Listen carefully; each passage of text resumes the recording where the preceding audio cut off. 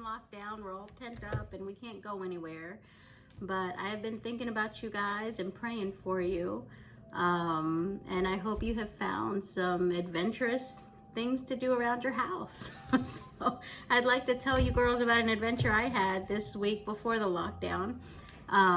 But before I forget, girls, have your parents text me your address because I would like to mail you a little something.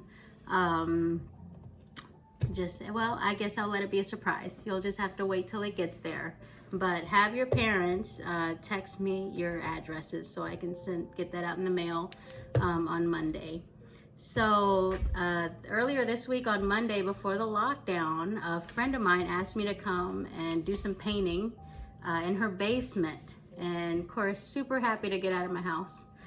And so we went over there, and the stairs going down to the basement are really steep and narrow, and the ceiling is crazy high, you know. And my friend, she said, do you think you could paint the stairwell? And I said, well, if you can figure out a safe way for me to get up there, you know, I will. So her husband came around sometime that morning, and he said, are you ready? And I said, I think so. If you can figure out a safe way for me to get up there, I'll get up there and, you know, I'll paint the ceiling and the stairwell. So after about like 30-40 minutes, he came and he said, I'm done. So I walked over there and I looked up the steps and I just thought, wow. You know, I was speechless. I didn't know what to say. So there were these two ladders. You know, one of them was an extension ladder, and it was extended way up because the ceiling was really high there. And the ladder was propped up on the steps, and it was kind of leaning a little bit on the little space of wall up above the steps. And then outside of the basement door in the hallway was another ladder. And in between were these two thin little planks. They were so thin, girls, so thin. And they were just kind of threaded through both ladders. And I thought, oh boy, you know, what have I gotten myself into? And the man, he said, are you scared? And I said, nope. I should have said maybe, you know, but I've never backed down in fear. I've always just jumped in and done it anyways. And so I thought, well, let me climb up here and see how it feels. So I climbed up onto this thing, and you know, I'm holding on to the door jamb, you know, as I'm standing on these ladders, and they were just the two boards together were the width of my foot, the length of my foot. And so I was kind of sideways, you know, on there. And I was like, okay, you know, I guess it'll hold me, you know. And I've got the paintbrush in my mouth. And I had the cup of paint was propped up on the ladder in case, you know, I shook the boards. I didn't want it to fall onto the stairs. And so I started to like shimmy my way out. And the further I got from, you know, where the ladder was, the board started to bow under my weight. And I screamed out, hey, how much do you weigh? How much do you weigh? And he walked over to the foot of the stairs and he said, about 210. He said, I already tested it out. I walked back and forth a couple times already. And I thought, okay, I weigh less than that. So I guess I'll be okay. And I shimmied out towards the middle, you know, and I'm kind of cutting in the ceiling as I'm walking across. And when I got to the middle, you know, it bowed a lot. And I started to imagine those planks cracking and falling down the stairs, and these two huge ladders kind of collapsing and falling in on top of me. You know, and as I'm imagining how painful this was going to be, you know, I started to get afraid because, you know, our imagination just runs wild sometimes.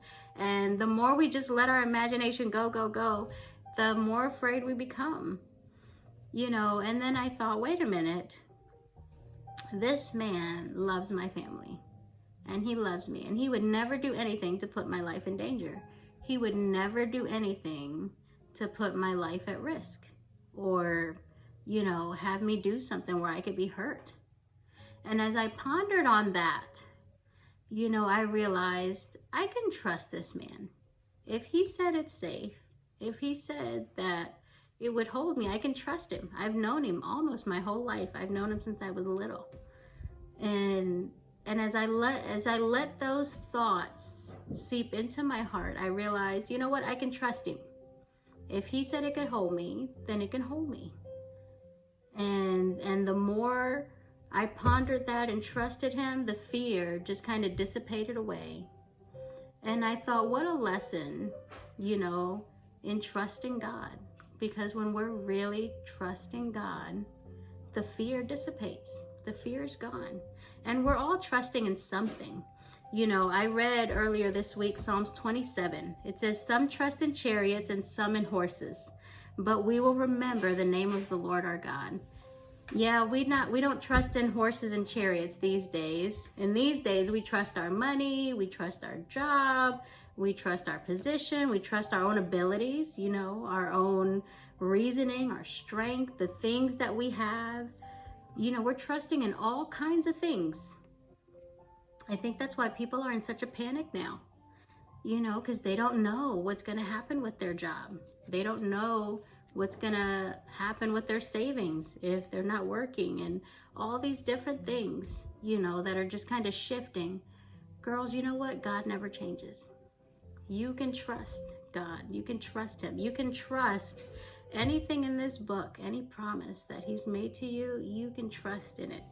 And really, our actions, the things that we do, reveal what we're trusting in.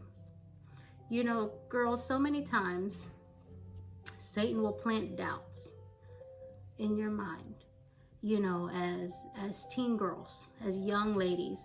Satan will say to you, you're never going to get married. You're never going to find a Christian guy. You're never going to be happy if you're living your life as a Christian. You're never ABC, fill in the blank.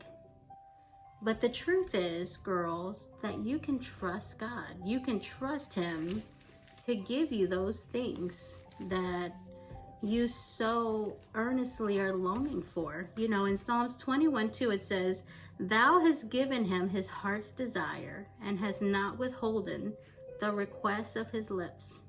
Girls, God answers prayers. You can trust that. You can trust that. Now, maybe God hasn't brought your Mr. Wonderful into your life yet. That doesn't mean that he never will. And so many times, girls, so many times, we've seen girls stop trusting God to provide those things for them that they just run. And I saw that this week. This week I read the book of Ruth. Would love for you girls to read it. It's short. It's only 4 chapters. I love to read it in one sitting and just kind of take it all in. And this week I read it twice. I just enjoyed it so much. I think you would really enjoy the story too. If you do read it, shoot me a message, shoot me a text, or write me a letter. I like to get mail too. I would love to know what you thought of it. But here, we see these 2 women, and their actions revealed what was in their heart. Their action revealed their trust in God. One of them did not trust God. Here we read in Ruth 1:1. Now it came to pass in the days when the judges ruled that there was a famine in the land, and a certain man of Bethlehem, Judah, went to sojourn in the country of Moab, he and his wife and his 2 sons. And the name of the man was Elimelech, and the name of his wife Naomi. Now here we have this family, and hard times came to Bethlehem. There was no food. And this family, in a panic, they didn't want to starve to death. And in a panic, they just left. They just left Bethlehem. It doesn't say anywhere that they prayed about it, that they sought God about it, that they were on their face for God to provide for them. It doesn't say any of that. It just says that they packed up and they left. Girls, how many times have you seen people going through hard times, they don't trust God. They start trusting on their own ability to figure things out. You know, they start thinking, how can I make this right? How can I force this to work out the way I want it to work out? Girls, be careful. Be careful when hard times come. Just going into a panic and just running and trying to do your own thing, trying to manipulate things to work out the way you want them to. Be careful. Be careful not to do that. You know, Naomi's husband died, and her 2 sons died while she was in Moab. Moab was a pagan, wicked land. So they left God's promised land and ran to a wicked land. While they were in that land, her 2 sons married, and one of the girls' names was Ruth. And after Naomi's sons died, she decided that she'd better return, you know, back to Bethlehem, back to where her family was, where her friends were.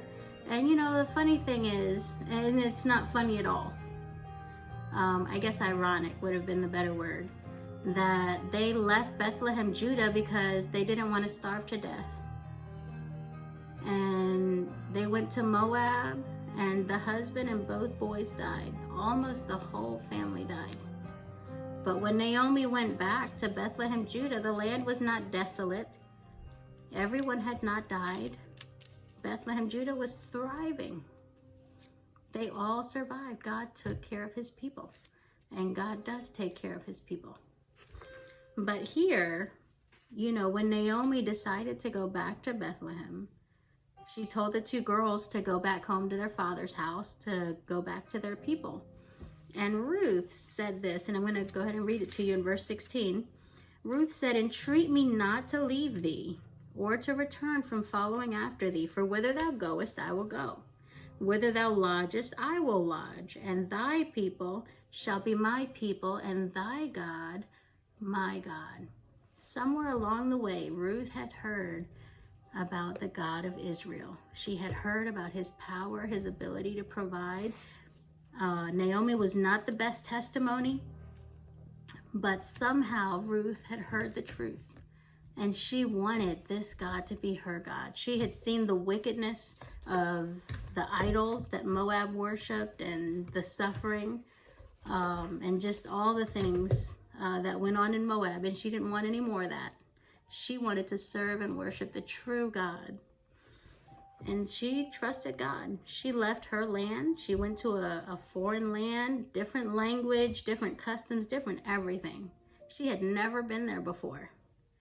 But she put her trust in God, and she trusted that God would take care of her and provide for her. And he did in the most miraculous and wonderful way. You know that Ruth was in the great-grandmother of David, King David. Jesus came through her bloodline. I mean, what an honor and what a privilege. Girls, God always blesses our faith. He always blesses when we trust in him. And Hebrews 11:6 says, "He is a rewarder of them that diligently seek him." Charles Spurgeon said, "To trust God in the light is nothing, but to trust in the dark, that is faith." Girls, you're at such an exciting time of your life. You're right at the brink of adulthood. You're right at the brink of really just, you know, leaving your parents' house and starting your own home. And it's so exciting. And girls, if there's just one thing that I can tell you, it's that you can trust God. You can trust him. I remember as a teenager being at this crossroads and wondering, if I follow God, is my life going to turn out good? If I trust God, because more than anything, I wanted adventure. I wanted to have fun. I wanted to marry somebody that loved me, and I wanted to have just an adventurous life. I wanted to travel the world. I remember that was the deepest longing of my heart when I was a teenager. I wanted to see the world. Boy, oh boy, did the Lord answer that prayer and that longing. Girls, you can trust God. You can, you know, and there's going to be some girls that will decide, you know, they'll look around, and sometimes we can be surrounded by Christians that are going through a difficult time, or Christians that are not experiencing the joy of the Lord like they could. Girls, don't let the Christians around you so mar your vision of what Christianity is. Just because you see other Christians that are not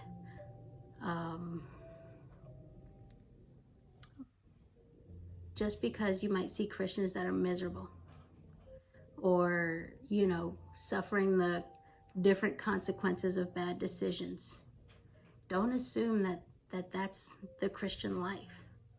Girls, the Christian life is good. It is good. And those desires that you have in your heart, those longings, God cares about those. God cares about those. I was a little girl and I wished more than anything to travel the world. I had no idea that I was going to be a missionary, and that was what God was going to use for me to travel.